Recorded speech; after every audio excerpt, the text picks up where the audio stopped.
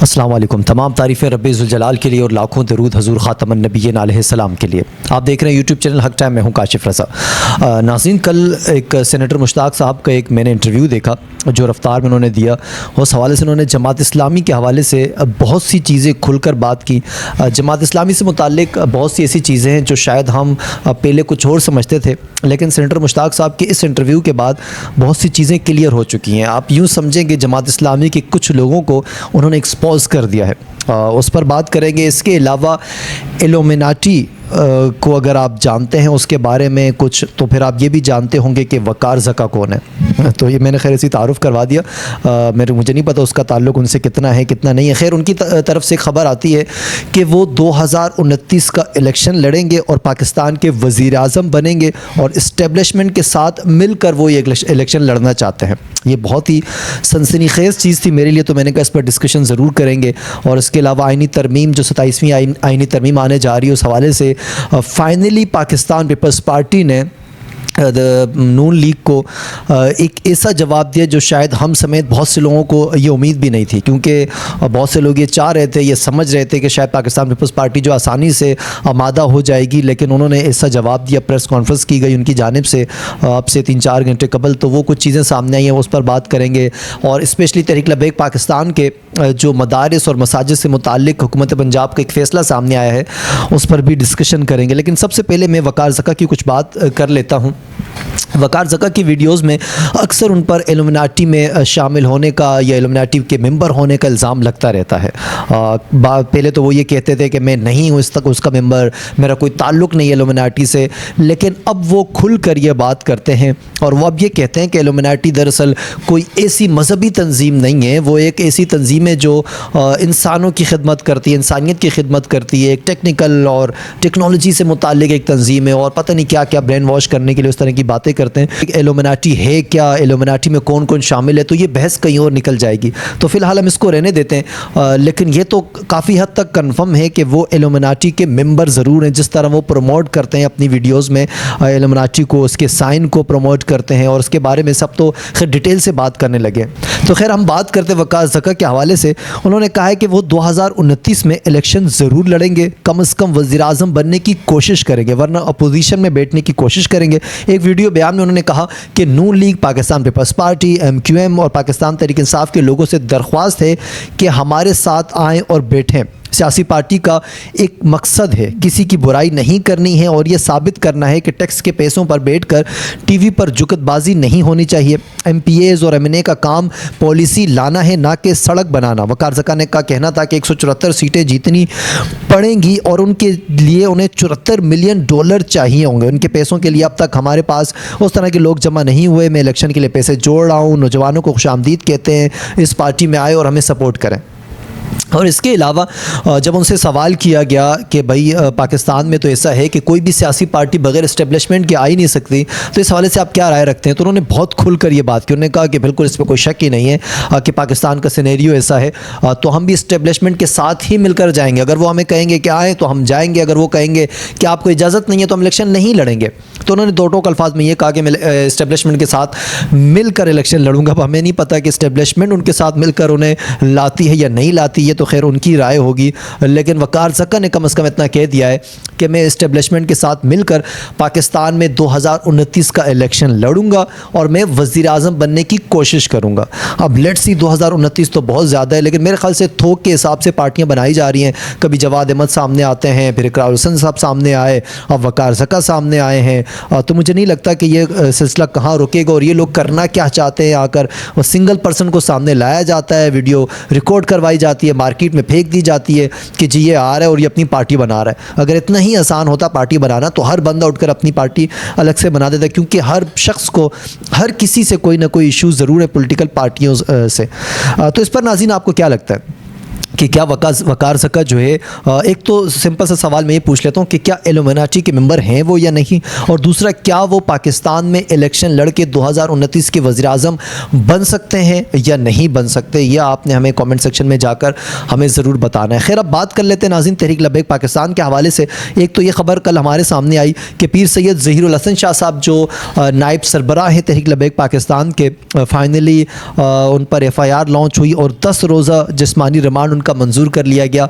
आपको याद होगा जब ये एहतजाज शुरू नहीं हुआ था तो उससे कबल ही मेरे ख्याल से ग़ालिबन 6 या 7 तारीख को शाह साहब को जो है वो गिरफ़्तार कर लिया गया था और गिरफ़्तार करके नामालूम मकाम पर मुंतकिल किया गया था। तो अब उनका 10 रोज़ा जिस्मानी रिमांड मंजूर कर लिया गया है। तो लेट्स सी के इस हवाले से क्या उनसे कबूल करवाना है गवर्नमेंट ने और वो कौन से इस दहशतगर्दी में मुलविस थे जो 10 रोज़ा जिस्मानी रिमांड उनका लिया गया है।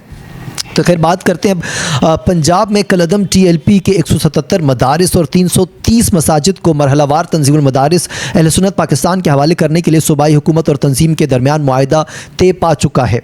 एक दस्तावेज़ात के मुताबिक नाज़िम आला तंजीमुल मदारिस अहले सुन्नत पाकिस्तान के साहबजादा अब्दुल मुस्तफ़ा हज़ारवी की जानिब से जारी करदा रिपोर्ट में कहा गया कि वो हुकूमत पंजाब को इस अमर की यकीन दहानी करवाते हैं कि सूबे पंजाब के इन मदारिस का इंतज़ाम वो अंसर कबूल करते हुए पंजाब हुकूमत के साथ तयशुदा जो शराइत है उनकी पासदारी करेंगे। दस्तावेज़ात में दर्ज शराइत के मुताबिक तमाम मदरसा हाजा कौमी सलामती और मुल्की इस्तेहकाम और माशरती अमन व अमान का पाबंद होगा। आगे काफ़ी सारी डिटेल्स इस हवाले से कि गवर्नमेंट ने जो शराइत रखी है तंजीमुल मदारिस ने उन शराइत को कबूल करते हुए वो तमाम मदारिस और मसाजिद तो तहरीक लबैक पाकिस्तान के मातहत या उनके कुछ निगरान के मातहत थी वो तंजीमुल मदारिस को इस वक्त सुपर्द कर दी गई हैं। तो लब लेट सी इन मसाजिद और मदारिस के हवाले से तो मुझे ये समझ नहीं आती कि तहरीक लबैक पाकिस्तान पर जो इल्ज़ामात लगाए गए हैं उनके सबूत क्या है गवर्नमेंट के पास कि ये जो मदारिस या मसाजिद थी इनसे किस किस्म की दहशतगर्दी होती थी और क्या दहशतगर्द तैयार किए जाते थे, कौन सा बारूद वहाँ से बरामद हुआ है।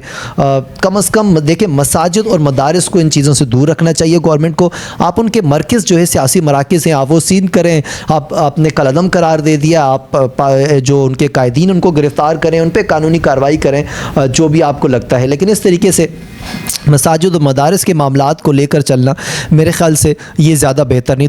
नाज़रीन इसके अलावा पाकिस्तान तहरीक इंसाफ की जानिब से भी एक ख़बर आपको देता चलो। सुन्नी इत्तेहाद कौंसिल के मरकज़ी रहनुमा साहिबजादा हामिद रज़ा को गिरफ़्तार कर लिया गया है और जेल मुंतकिल कर लिया गया है। ज़राए के मुताबिक साहिबजादा हामिद रज़ा पुलिस को मुतअद्दिद मुकदमात में मतलूब थे और अदालत से सज़ा याफ्ता है। पुलिस ज़राए का कहना है कि पुलिस ने साहिबजादा हामिद रज़ा को गिरफ़्तार करके फैसलाबाद सेंट्रल जेल मुंतकिल कर दिया है। एहतजाजी तहरीकों में हसास इदारों पर हमला हुआ था, उसकी पादाश में उन पर मुकदमात दर्ज थे।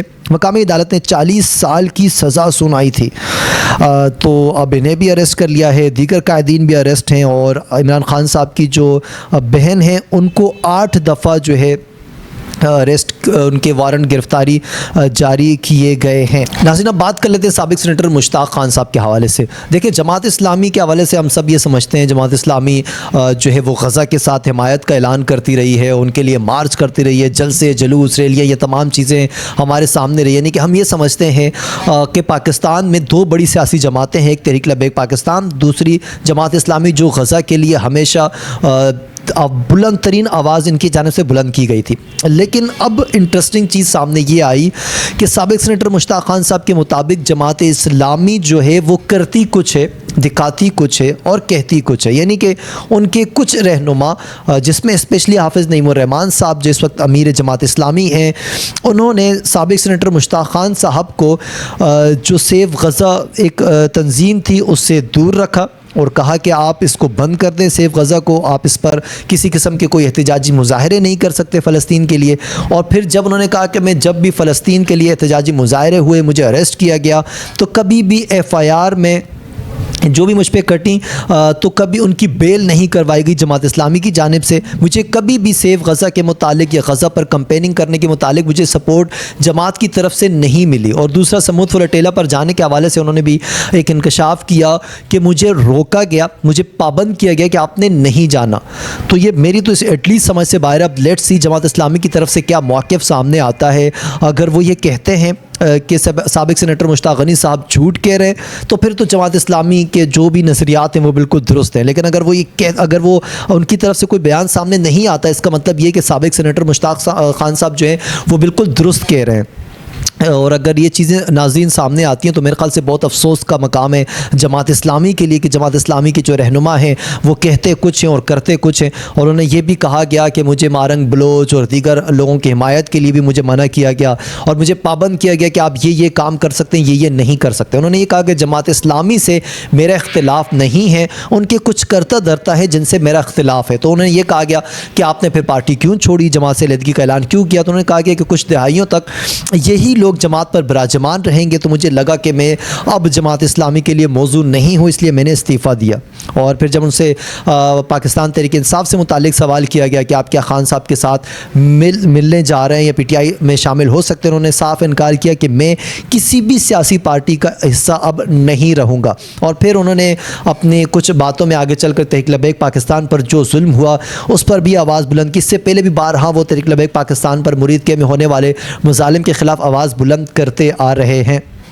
लेकिन अब देखना यह है कि जमात इस्लामी इस पर क्या रिस्पॉन्स करती है, क्योंकि अब तो जमात इस्लामी को एक मायने में उन्होंने एक्सपोज करके रख दिया कि जमात इस्लामी कहती है हम गज़ा के साथ खड़े, हम गज़ा की हिमायत में खड़े और हम गज़ा के लिए आवाज़ें बुलंद करते हैं। और लेकिन यहाँ पर साबिक़ सेनेटर मुश्ताक खान साहब जो जमात इस्लामी का 37 साल तक हिस्सा रहे हैं, वो ये कहते हैं कि मुझे सेफ गज़ा के हवाले से मुझे रोका गया, समूद फ्लैटेला पर जाने से रोका गया। अगर हाफिज़ नईमुर रहमान साहब एक तरफ ये कर रहे हैं, दूसरी तरफ आवाम को ये चूरन बेचते हैं कि हम जो है जमात इस्लामी गज़ा के साथ खड़ी उनकी हिमायत करती है, तो फिर मेरे ख़्याल से अब जो इनके कारकुनान हैं उनको सोचना पड़ेगा, उनको मुतालबा करना पड़ेगा कि आप या तो ये दोगली पॉलिसी ख़त्म करें या फिर साबिक़ सेनेटर मुश्ताक गनी साहब अगर दुरुस्त कह रहे हैं या वो गलत कह रहे हैं। लेट्स सी आने वाले दिनों में जमात इस्लामी की तरफ से इस पर क्या रिस्पॉन्स आता है। अब बात करते हैं नाज़रीन 27वीं आइनी तरमीम के हवाले से। 27वीं आइनी तरमीम जो है वफाकी काबीना का जो आज होने वाला इजलास था वो मुलतवी कर दिया है। ये मुलतवी क्यों हुआ, ये इसकी डिटेल भी हम आपको देंगे। ज़राए के मुताबिक वज़ीर-ए-आज़म शहबाज शरीफ की मसरूफियात के बाइस वफाकी काबीना का आज का होने वाला इजलास मुलतवी हुआ और ये जो इजलास होना था इसमें 27वीं आइनी तरमीम की मंजूरी दी जानी थी, लेकिन ये मुलतवी क्यों हुआ, इसकी वजह है पाकिस्तान पीपल्स पार्टी। पाकिस्तान पीपल्स पार्टी और हुकूमत के दरमियान डेड लॉक जो है वो बरकरार है। बिलावल भुट्टो जरदारी की जानिब से एक प्रेस कॉन्फ्रेंस की गई उसमें वो कहते हैं कि 27वीं जो तरमीम की तजावीज़ हैं उसमें एक नुकात के अलावा हम तमाम तजावीज़ को मुस्तरद करते हैं। और वो एक नुकात कौन सा है वो हम आपके सामने, वो आर्टिकल 243 है, उसमें तरमीम का जो तजवीज़ है हम सिर्फ उसकी हिमायत करेंगे, बाकी हम तमाम को मुस्तरद करते हैं। तो ये इजलास जो है वो किया गया पाकिस्तान पीपल्स पार्टी की जानिब से। अब लेट्स सी के इस हवाले से अब सूरत हाल काफ़ी ज़्यादा जो है वो इंटरेस्टिंग हो चुकी है, क्योंकि अगर पाकिस्तान पीपल्स पार्टी बैकफुट पे चली जाती है तो फिर ये आइनी तरमीम जो है वो बहुत ज़्यादा मुश्किल पड़ जाएगा पाकिस्तान मुस्लिम लीग नून के हवाले से। नाज़रीन ये थी हमारी आज की वीडियो। अगर आपको पसंद आए तो उसे लाइक शेयर और कमेंट सेक्शन में जाकर अपनी राय दें, चैनल को सब्सक्राइब करें। मुझे इजाज़त दीजिए, कल होगी आपसे एक बार फिर मुलाकात। अल्लाह हाफिज़ एंड पाकिस्तान जिंदाबाद।